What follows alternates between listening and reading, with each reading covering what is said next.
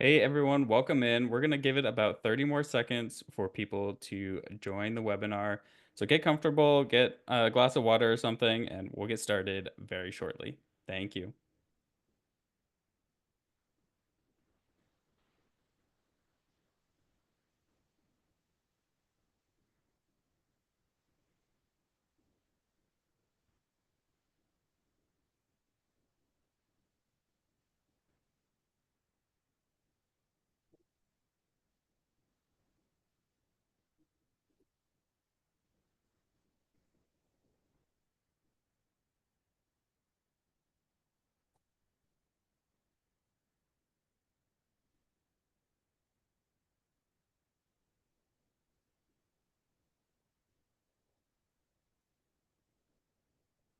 Okay, I think it's about time to get started. So, greetings everyone. Thank you so much for being here.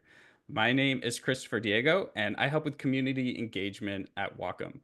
I'm excited to be hosting this webinar because it is combining two of my favorite things, art and video games. Before we get to the fun stuff, there's just a few housekeeping items. This session is scheduled for 60 minutes. The session will be recorded, and a link to the recording will be emailed to everyone who registered for the event. You can submit questions using the Q&A feature in Zoom. And just a note, we will be collecting questions during the webinar, and Cecil will answer them at the end as time allows. And another note, that your name will be visible if you ask a question. So if your username appears as the gamer tag that you made in 7th grade, just know that we will all see it. If you need to change your name, you should be able to do that now. Um, and so a little bio on Cecil to introduce him. Cecil Kim moved from South Korea to the US at 18 to study illustration at Art Center College of Art and Design, where he discovered a passion for creating immersive environments. This led to work on major titles like Final Fantasy IX and God of War, and earning a BAFTA for Best Art Direction in 2011. Now studio art director at That Game Company, he focuses on creating meaningful, emotionally resonant games like Sky, Children of the Light, while also mentoring students and contributing to design education. Cecil, thank you so much for being here and chatting with us. Hello. Hello, yes, we can hear you. Okay. Am I sharing my screen? Yep. Okay. Hi, everyone. We appreciate joining this. So yeah, my talk today is going to be about the how to create emotional, impactful environment concept art for video games. Uh, so basically, I want to talk about like why environment and how I really got into working on this, and sort of simple way to how I look at the steps to make successful impactful concept art, and going through some examples of my work. And I also made a kind of new artwork just for this. So I kind of broke it down in the process. So that's going to be fun. And then we're going to have a Q&A. So yeah, when I went to Art Center, the when I was like early 20s, I didn't know anything about perspective. So that's the one thing that I really appreciate that I learned that professionally. That really opens up the possibility of like creating this world in front of me in a very mathematical way. So to me, like it's perspectives basically really gives you this power to like construct shapes and like the world. And just like the freeway, I when I drive, I pay attention to freeway, how the ramp and it gives you like really cool one point perspective and sunset and all this stuff. So just want to talk to you guys about this. This painting, when I was going to school, there was no concept art. So I was like basically doing sort of weird fine art. So I was doing a lot of charcoal drawings and all that stuff, which got me a scholarship. So that worked out really well. And then took a while, a little bit. I'm thinking like, why do I love environment so much? And I really like these group of people that really went out there and then did these big paintings. They really pushed it, you know, they really made the right lighting to be like unrealistic sometimes, but I'm thinking like they really want to capture what they see and they wanted to bring back to the audience, right? It's like if you see something great, you want to share, right? That's the very bottom of our genuine human nature. So I just want to talk about that first because what do you see when you're in front of this scenery, right? That's the emotional like the message you get from the view. So basically, you feel it, and you kind of have to like put it in to successfully put it in your painting. All the details and everything else, that's secondary, but the emotion that you feel from what you see, I think that's the driving power. And same thing with the Ansel Adams. I mean, when I look at these, the photography he did, it says 1942, but I mean, he traveled everywhere. It's a really difficult travel, right? Like you have to go into the Sierra Nevada, the mountain Whitney, and all that crazy stuff. And that's all his life. He did this. Basically, he wanted the same thing, like bring back what he sees and share it with the world. So, building blocks for successful concept art, basically, I think first you have to like put down something, and it starts with deciding the composition, right? Like one on the left is pretty balanced, or more like a curved, softer. But the other one is like kind of angular and pointy. So that also like you're starting to communicate what type of emotional experience you want to share. Second thing is obviously the atmosphere and color. That's like layer of kind of magic you put in, but I think that's also really contributing a lot to the viewer. And then lastly, this is a very interesting part because well, a lot of times we do artwork and we ends at like completing the picture without adding these little bit of sprinkles of narrative tricks. It could be like simple storytelling, but it could be also like some kind of mystery too, right? So I think that's also a very important part. So, I mean, this we all know what I'm trying to talk about here, but I really emphasize my students that um, even to me too, I really have to understand my job is as an art director or concept artist for video games or movies or whatever, is a creative service. It's not like you're creating your show for your own artwork on the gallery show, which is like you could do whatever you want, but that's not the case. Where the illustration, which is what my base learning and academic was based on, is also in between. You can be a fine artist, but you still have to deliver problem solving, whether it's about this journal articles or is it about like selling a product. So concept art is on the other hand is very extreme. It's you have to understand what the ask is, right? And then your job is making sure you deliver it.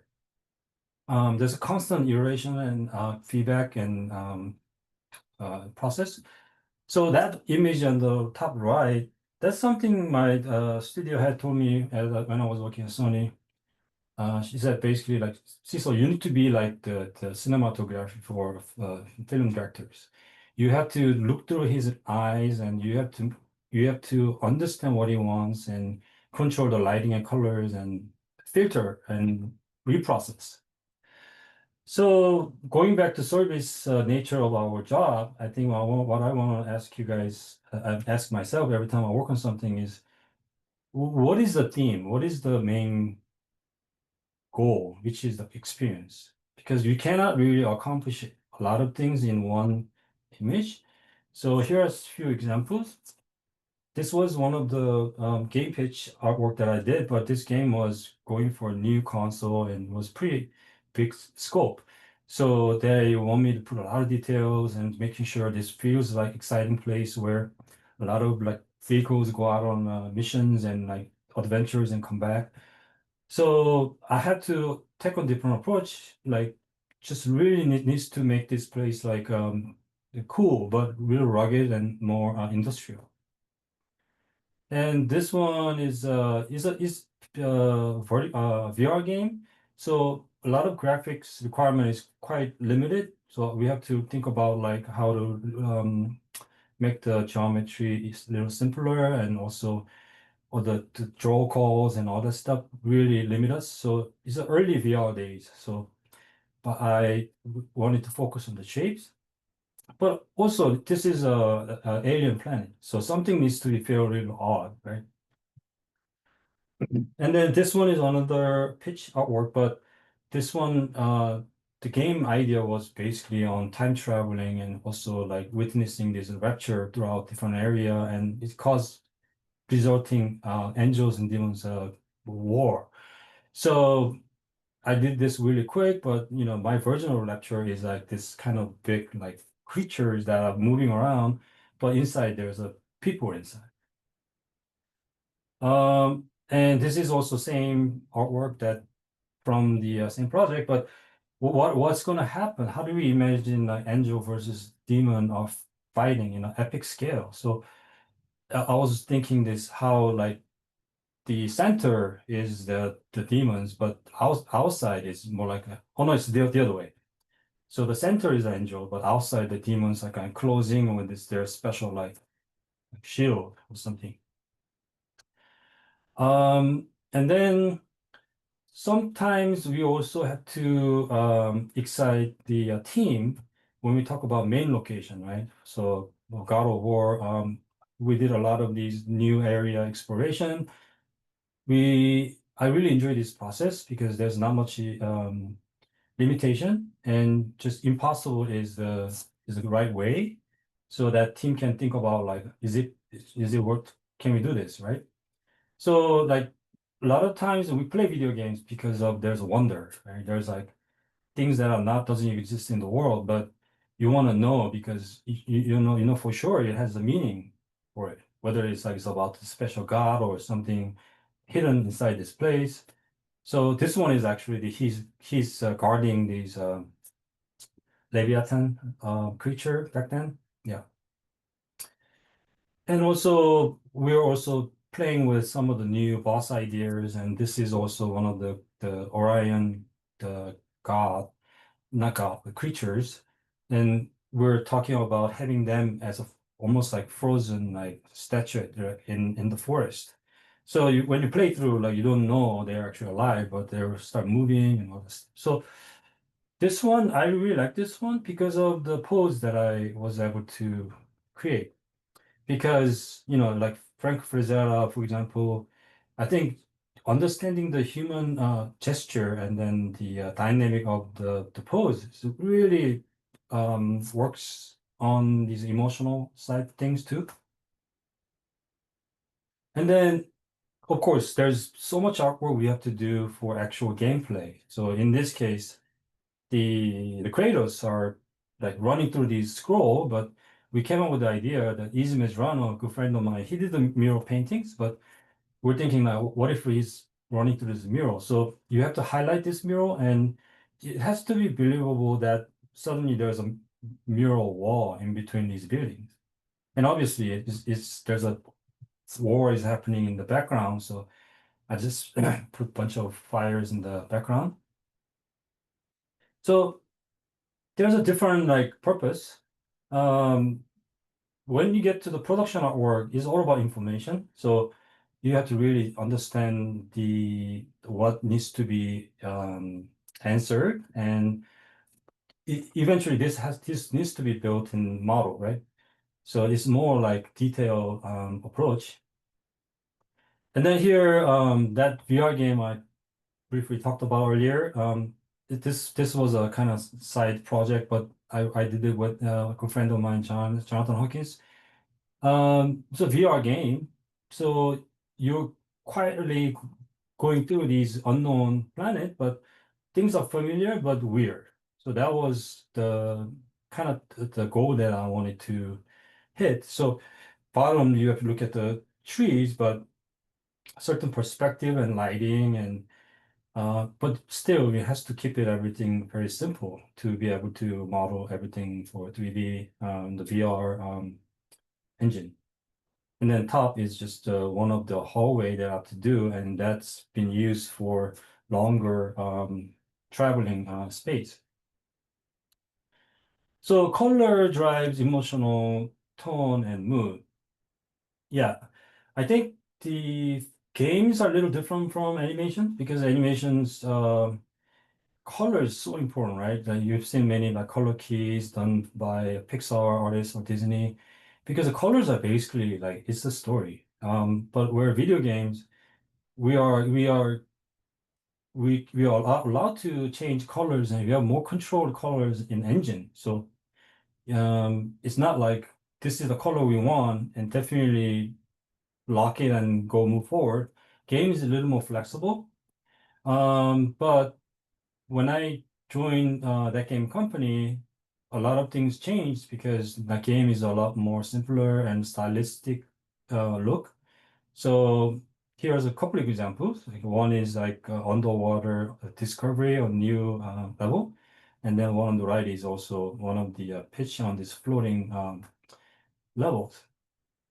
I personally not really good at color. How I know that is like because if I don't think, I tends to put in similar color palettes every time, which means I don't have much experience and knowledge about color, and I know how to fix it, but the how do we fix it is you have to really work from the nature, like basically like plein air or like painting from what you see outside because that's the only way you can see the combination of colors or range of color, how it works without like learning, right?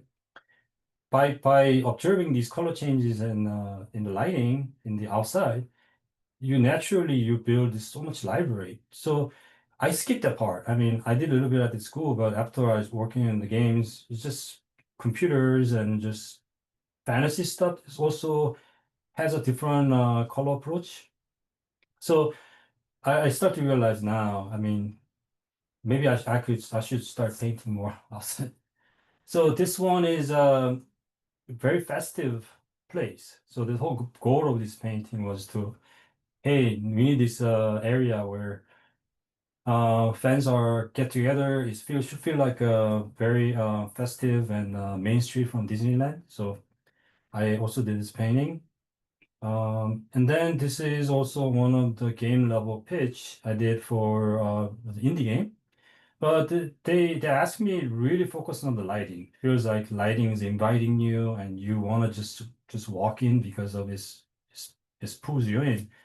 So and also this was also a kind of stylized look, meaning I had to took on a little more loose approach. So I did a lot of pencil sketch on this one. Here is more like games based on animation. And also this place is about this character, Maestro is a character that's kind of just conducting music with these little creatures. So I really pump up the color here to feel it magical because the audience is more younger and this place is very colorful game too. And then Sky Children of the Light, of course, this is one area. It should feels like Christmas. This is more like a little town about this little girl who's wanting to be on the stage, and it's a season of dreams. So I had a lot of fun on this one, but my starting goal was creating this very cute but like inviting, very snowy place. Um, And then another way to make a emotional impact artwork is really playing with the perspective and scale. So going back to what I learned from school, I think it's some kind of when I feel really small against something in front of me, I just like that. I just love that the how things are so grand and big. So that experience, I always wanted to put in whenever it's allow me to. So the God of War 3, we had this Mountain Olympus sketch, but this one was more just kind of wanted to see where everything's at. So there's Poseidon's and Hercules and all these gods in these places, and actually it follows the game level layout. So not too long ago, a few months ago, I had a chance to do a art show for the 20 years anniversary for God of War, and I really wanted to recreate this in new 20 years later, almost 10 years. So I did a little sketch. I'm trying to see, how do I make it different. So that was my first approach. And then it ended up being like this because I don't know, I just keep working on it and just kind of adding more details and stuff. But I wanted to also not thinking about God of War, trying to just treat it as our own artwork. So that throwing weird objects floating in the sky is always my favorite thing to do. And it just kind of feels what is happening here, right? And I like to set up these questions that I don't have an answer for. I think that's kind of always there for me. So sometimes some people tell me, "Oh, your artwork is." I remember your work. I think one of the reasons people remember sometimes my artwork is because of I have that thing in there. So there's so many artworks in online, and it's very difficult to stand out. So I think one of the way we can do is always playing with this little bit of tricks and story elements. And then this is also my personal artwork. This was like Gears of War. After I played it, I kind of like the tone and the metal and all that stuff. So, but like just a little bit of like third person perspective, and then having these waters dripping down, that kind of stuff. It just feels grand, and the lighting and stuff. So I tend to push that until I get that feeling. Um, yeah, that's sometimes, but it's always better to be bigger than what's been asked because it's always you can trim it down, and also team can look at it and say, "Wow, this is cool, but it's gonna take 3 months. It's not worth it." Then you can trim it down, but I think it's always been that's my passion because of I love perspective. God of War is also had the separate special level where you test your combat. It's like bonus levels at the end. So one of the idea was recreating Colosseum. This was also the seeing that little Kratos on the ground and a little bit of lighting cuts into him. So just having that like staging that type of moments, I really like that too. So that's why I wanted to show you guys this one.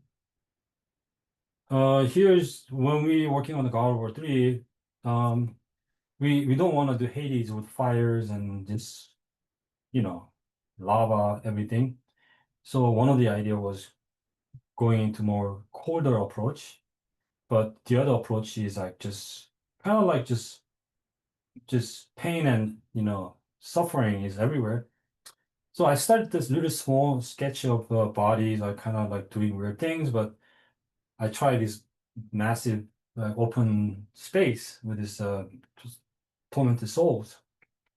So yeah, I mean something like this is also you know what this place is, but how can we like really push to the maximum, right? And another way of making artwork emotionally impactful is definitely coming up with interesting architecture. I don't have a clear answer for this, but when someone tell me like draw something you like, then I'll probably tends to do more like this geometry kind of I wouldn't say steampunk, but I liked playing with this kind of plain shapes. So something like this definitely needs a research because you don't want to come up with something that are cannot be answered, right? So basically, whenever you designing a new architecture, you really have to be able to answer, meaning like this is I get the more inspiration from certain era, and I have to think about this geography, about this city, and um, so on, so forth on. And what is the mood? Is this suffering? Is this place civilization is going down? So that's also um, really important elements. But this depends on the project, right? If you're not working on the project that doesn't have a city or buildings, then you don't do this. But I would say like 25%, the games are based on like more in advanced setting. So before I get into that, the top building block, I also want to talk about this because one of the reasons I joined that game company, because the Genova Chen, he told me his goal is like he wants games to be recognized as art form, and someone needs to do it, and that's a pretty big statement. And I really wanted to be part of it because I really like video games, and I think video games has so much potential. And that's to make a positive impact. So when I come to the game company, like coming from the AAA stuff and even running my own company, we're doing a lot of exciting stuff, but this now is a lot simpler. But I realized the game company, that game company's main goal is like creating this timeless interactive entertainment that connects the players worldwide through positive emotional experience and appealing to all ages.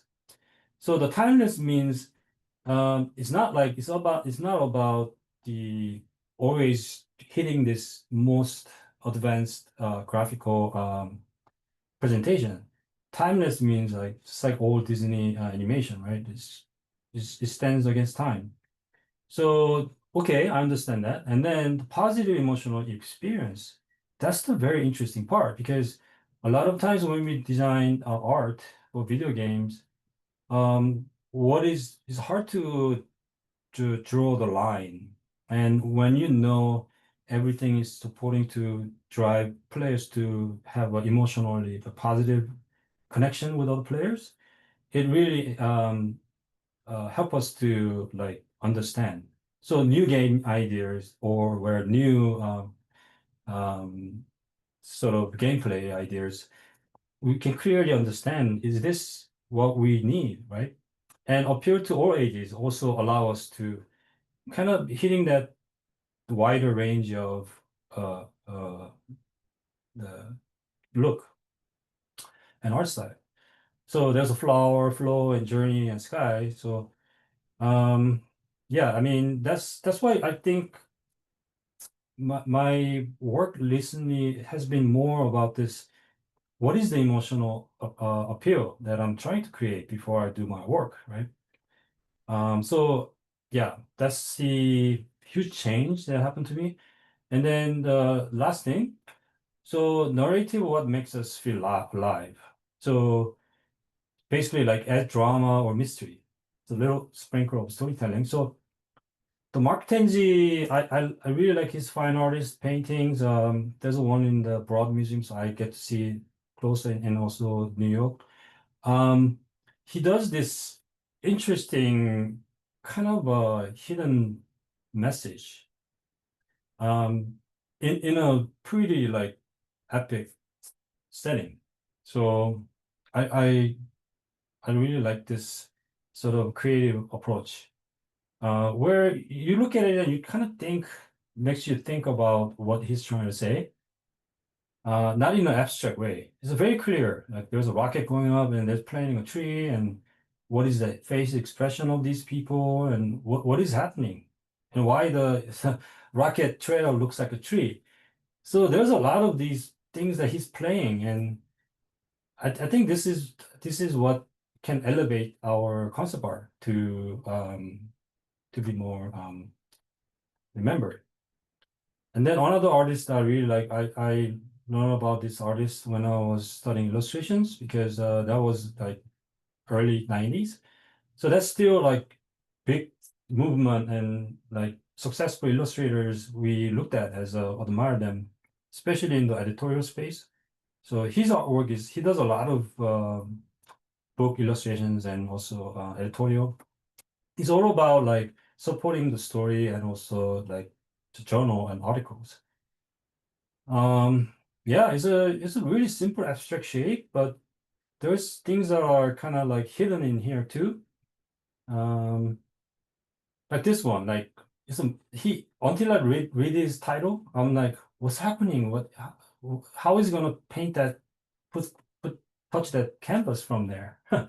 But it's actually a masterpiece, which means it's like how much you want to do it, but it's not easy, right? This is very simple, but it's just really clever. And when I see this, I feel like I'm getting smarter too. I think that's the power of these artworks, that audience catches that and find out what he's trying to say, and we feel happy. Or yeah. And I don't really know what this one is about, Don Quixote, but it says cowboy. So I think instead of windmill, maybe the buildings are looking at him. And then this one obviously is a cultural shock. So these people are actually participating in the cultural shock, but they don't know what they're actually doing that.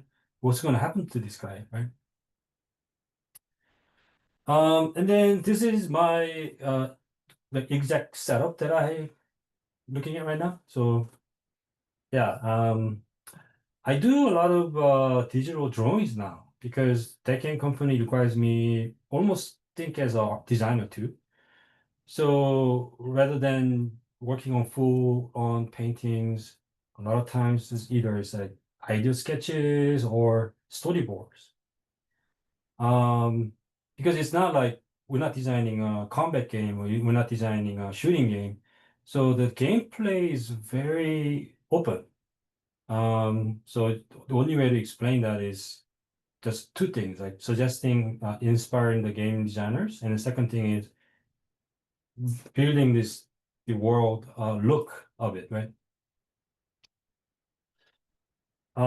Yeah, so okay, so last part. So this is something I work on this past couple days because this is like the talk, and I just don't want to show like my artwork, and maybe I can just make something. So the phone camera is amazing, right? Like this is my phone driving. It's crazy how good this is. So I've been going up and down Route 395 a few times a year, whether it's camping or snowboarding. There's an area, it's few towns there, and I start to realize I really like what I see there. And like this particular image, I just like this beautiful, like nice sun lighting, but kind of old train. Kind of old train is really cool because it has a history, but it's big and just really created cool juxtaposition with this beautiful landscape. So I was doing little watercolor, and I started like blocking out and doing just concept, just painting because understanding what I like from the photo. So I was further developing. It's really fun. I never really done painting from photo, but it's actually really um I wouldn't say easy, but because of your brain is not like trying to figure out, it's just you're not processing the information, and you're making quick decisions on the fly. And I really liked it. So maybe I should do more. But so now I think train textures, and I had a lot of fun playing with the clouds and shapes in here too. Um, yeah, and then here is like as a this is a base, right? And then how I can use this to explain what I'm talking about here. So yeah, so this is actually spent about 2 hours up to here, 3 hours, and then I thought about this. What if there's something is happening in here, and then these soldiers are trying to do something, and I added this dropped cargo thing or the diamond shape later because felt a little empty, but and then there's like kind of a black, you know, organic things are creeping over to reaching out to it. So yeah, I mean, before even do more details on this, which I just like the process until here. I rather do more ideas than finish work. So maybe I'm not really good at it anymore, because I just doing a lot more managing and directing now. But I this is one of the idea. And then second idea, I try to desaturate the color and try to create something interesting in the background. And I start doing this kind of crane thing and some drones, and then adding these characters that are kind of robot characters, but they're not like hostile. They're more like workers, right? So they're walking towards it. I like this one. I think this is kind of interesting. And then th really changing the color here, lighting and stuff, and is also interesting. Kind of gives me this kind of inside play that the game vibe, which is one of my favorite game. Um, yeah, so here you can see like things are saw from Brad Holland's painting where he wants to make this face out of this building. So I put kind of eyes and open the mouth. Um, yeah, and this is a lot of fun practice thing I can do. Because main goal of your artwork is is the inspiring the team. Team needs to get excited about like, wow, this is interesting, this is cool. So it's not necessarily about like showing how good you are or as an artist as a painting. It's more like this um, suggesting the possibility so that this team can look at it and they can talk about possibly what type of gameplay can happen here. And also even just looking at it and understanding the general scope of um, schedule to build this in 3D and engine. Yeah, and here I just did this one this morning too, and what if I completely desaturating, changing the mood? So now it's like really overcast, and then added this little creatures in the foreground. So yeah, this was a lot of fun. So yeah, I think so. Bottom line is, I think we need to like see ourselves as more like a musician, right? Because when music really touches people's heart and you understand the singer or the band, um, their emotional the feeling is just translate to you like naturally. Even you don't understand the lyrics sometimes, right? I think that's the power of music, and the art works the same way.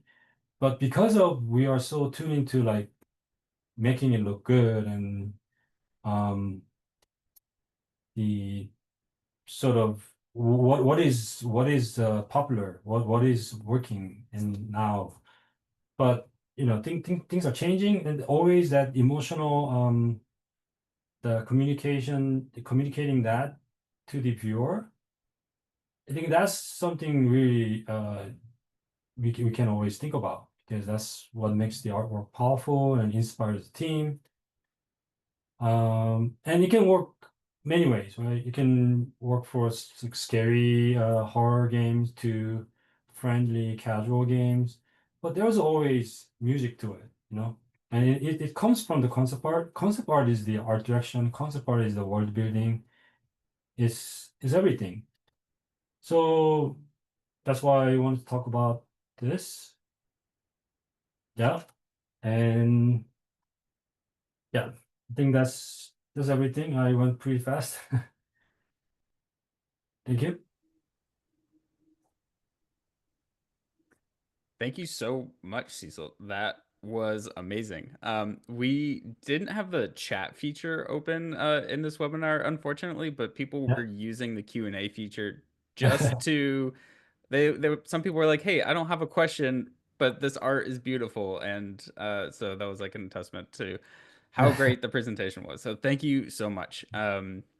I'm going to switch over to sharing my screen, but we did have a bunch of questions come in, and I wanted to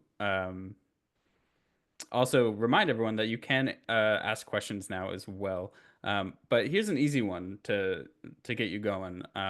What software do you like to play with? Like, what are you using to do your renders? Photoshop, always. I play with Procreate, but still my Photoshop is my favorite.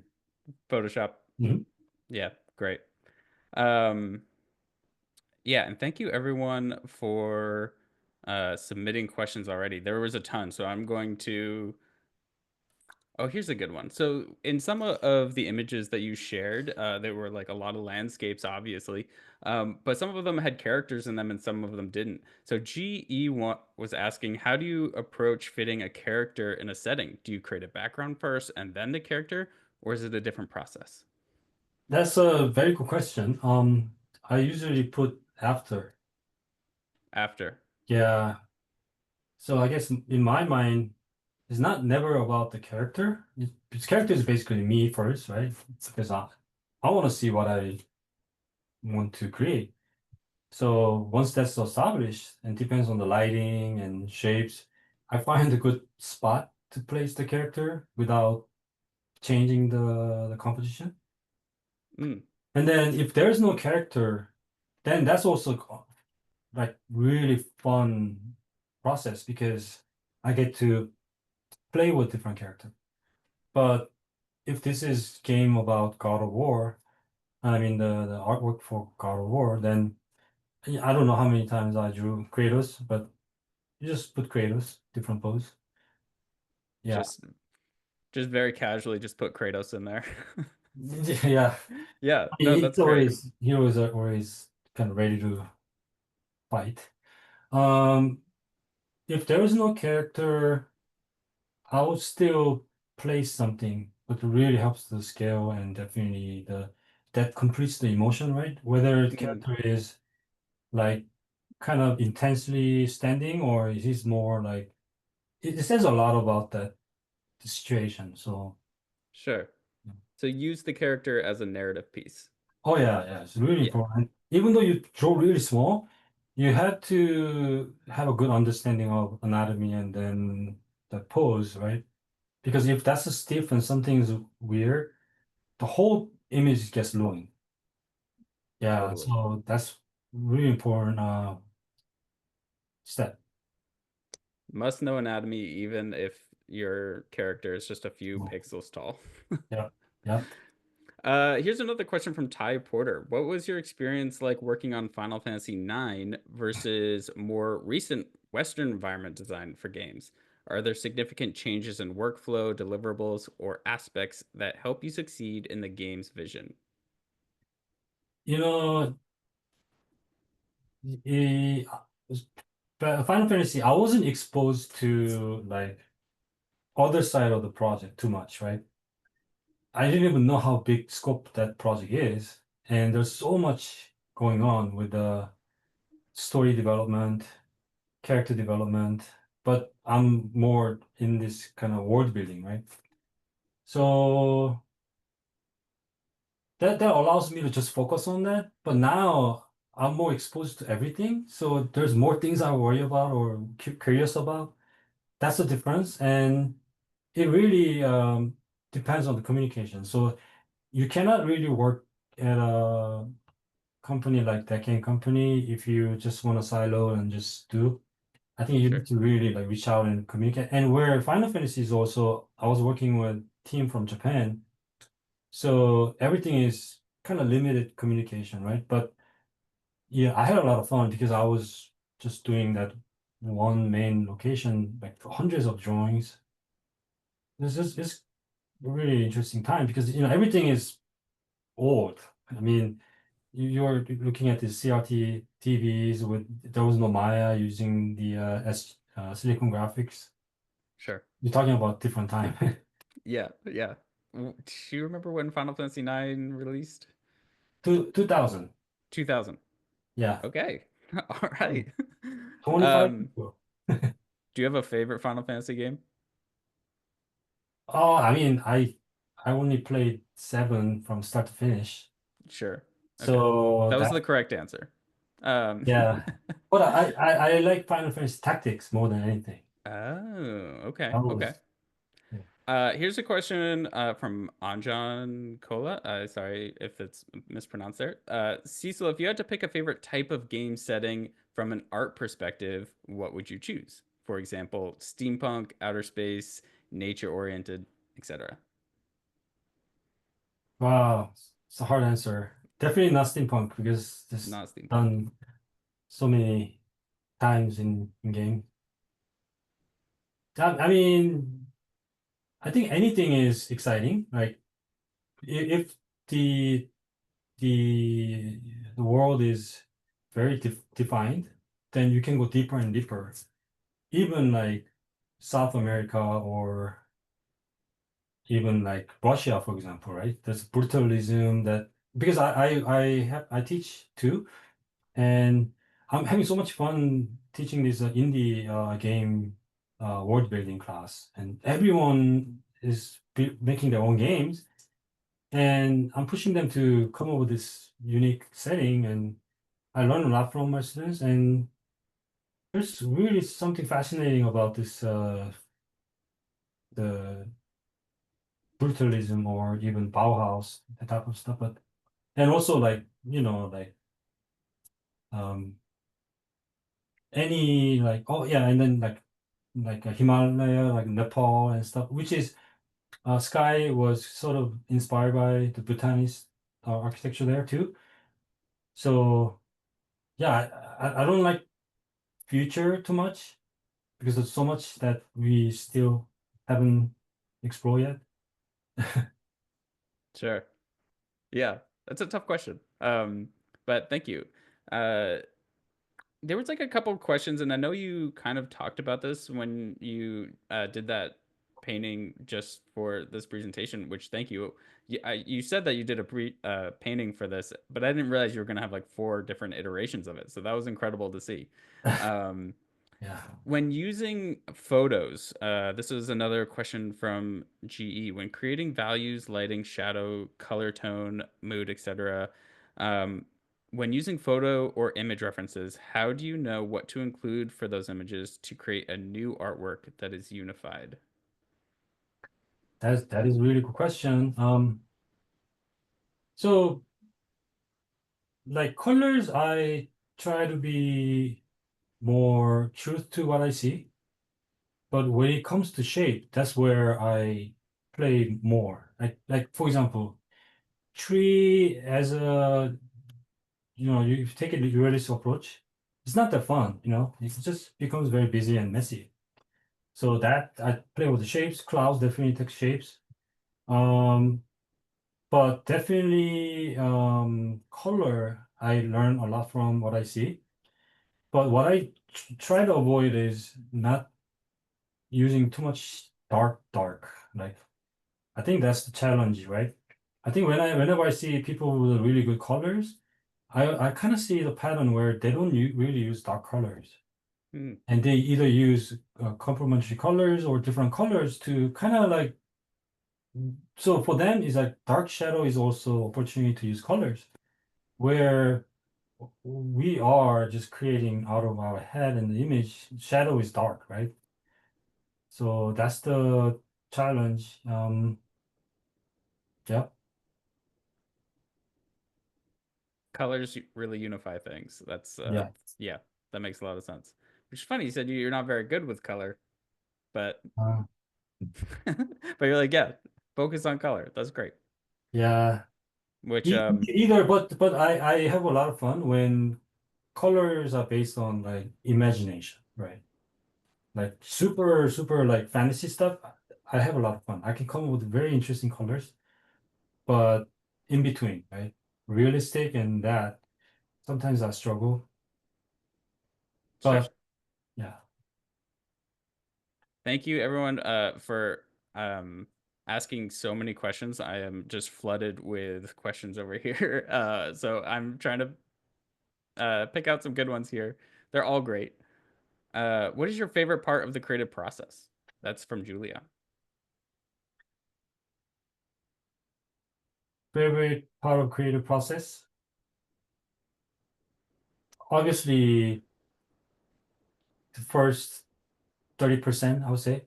Mm, Just like anything, when we get a new assignment, we're just imagination and motivations explore, right? And that's when like, wow, okay, I want to do this, or I have some ideas, or yeah, I think that's really important driving force. But sometimes we walk away and we revisit it with stress of meeting deadline. That's when like that whole magic is gone. So to me, like whenever I get an assignment, I read a really interesting podcast, no, YouTube, from Chris Do. He does the feature. What he said is like he said he's so lazy too, but he's trying to create this the major success major something that he can do in very small increment. So which means if I get a character assignment, I start to look for reference. That's the first step. sure. But I do that right away. And then maybe next day I start doodling something. So instead of creating a big goal, I think having these very easy goals in small increment is really helps me too. Same thing with this presentation too. Um, I learned that now too. So I just want to share that with you. Yeah. We're getting some brush questions.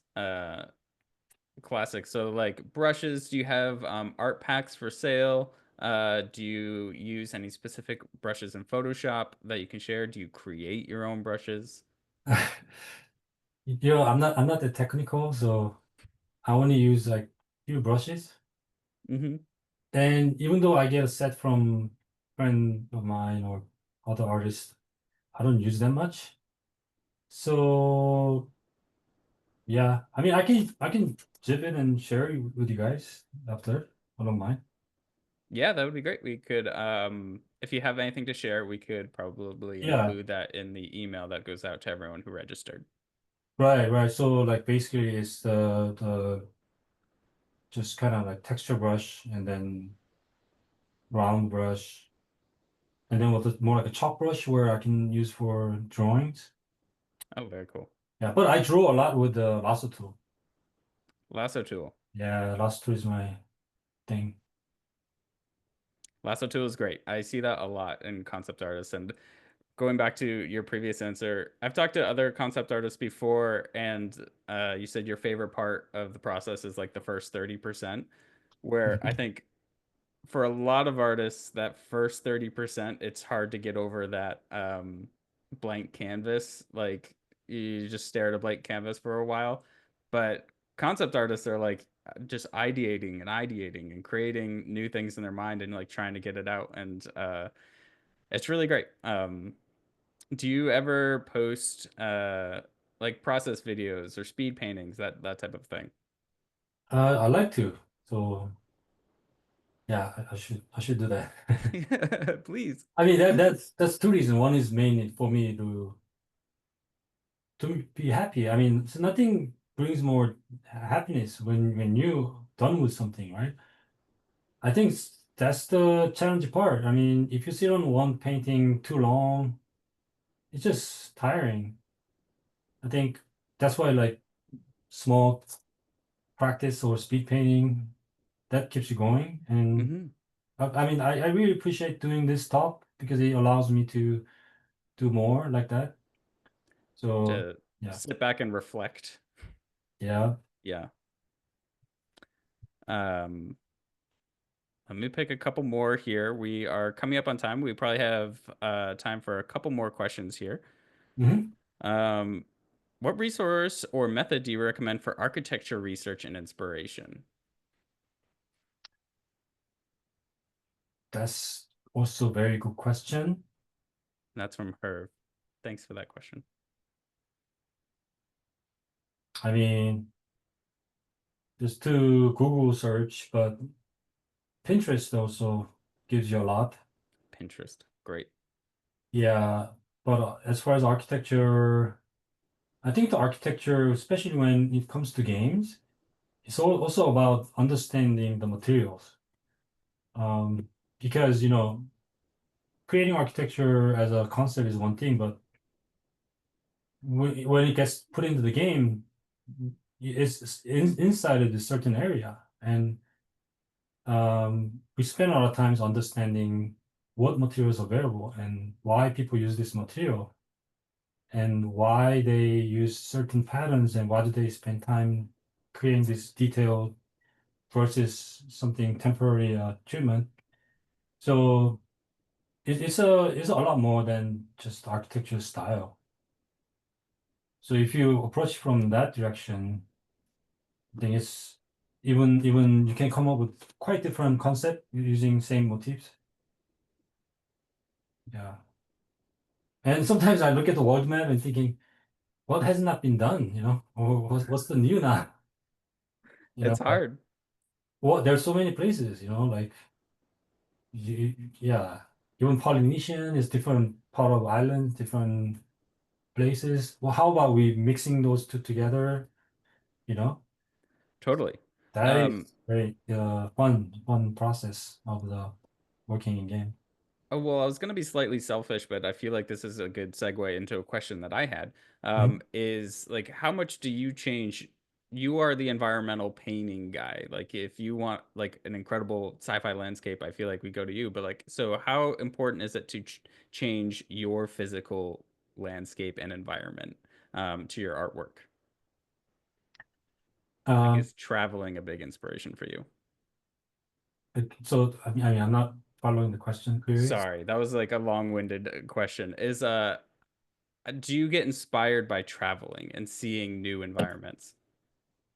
Oh yeah, I mean, just traveling is such an important part because that also allows you to kind of talk to you more too, really understand who you are. But I mean, there's three reasons when we go traveling. I think one is just to admire the beauty of the nature. Sure. Second is to discover the wonder and history of civilization, or right? That's why we go to pyramid or there's certain things. Like third is more like lifestyle, like how people live, and it could be modern things too, right? A concert or things like that. But I think the travel always opens up this whole new like information to you that really feeds back to concept. Yeah, so it's you start to see that, when you travel, even like just a shop or buildings or how the wall is put together. That's basically world building, right? And you come back with more information. Yeah. Yeah, absolutely. There was a lot of questions. Maybe we can end on this one. There's a lot of questions in the Q&A about finding work and portfolios, and are you looking for an intern? That type of thing. So, like, when you are looking to hire, like, what do you look for in someone's portfolio? So like, I mean, obviously, like there's things that can be like taught and learned. But things that we're looking for is really good foundation skills. Hmm. Not necessarily rendering technique or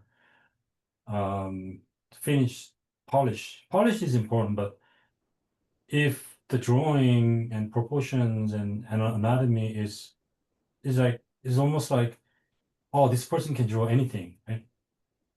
I think I've seen that, those people usually just gets better and better and better and eventually becomes like, yeah, very, very good artist. And second thing is, but when we talk about that game company, because we know exactly what type of game we're gonna make and what type of art style we're looking for, there's 1% of examples that we see, maybe more, right? Which means that person already has the passion for doing certain type of a style. But if we don't see that, then I mean everyone will say, yeah, definitely we'd like to do a test. But the thing is, if you don't have naturally that, attractive to that certain style, it's difficult. So I'm not saying you have to work on many styles. You need to have some sort of passion in certain things.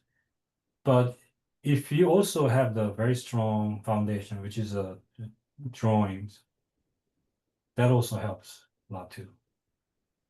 Learn the foundations. And I think earlier you said learn anatomy. So Yeah, because that's like playing instrument, right? If you know certain foundation, it doesn't go away. It's riding a bicycle, for example. yeah, So, absolutely. Where can people follow or support you? are you supporting me? Would be great. I mean, Well, so one of the questions was, do you have a book that they can buy? oh, that's um, no, not yet. Not yet. My next goal, yeah. Sure. A book and more speed paintings that we can watch would be great. Oh, okay. So that's your homework. Just Okay, these little I'll do things. that. Then subscribe and whatever. Totally. I'll Totally. Well, definitely do this that. has been great. Cecil, thank you so much for talking with us. So this was an incredible amount of information and super inspiring artwork. Want to thank everybody who came on and asked questions. This has been a really great webinar. So thank you so much. Okay. Thank you, everyone. Have a nice week.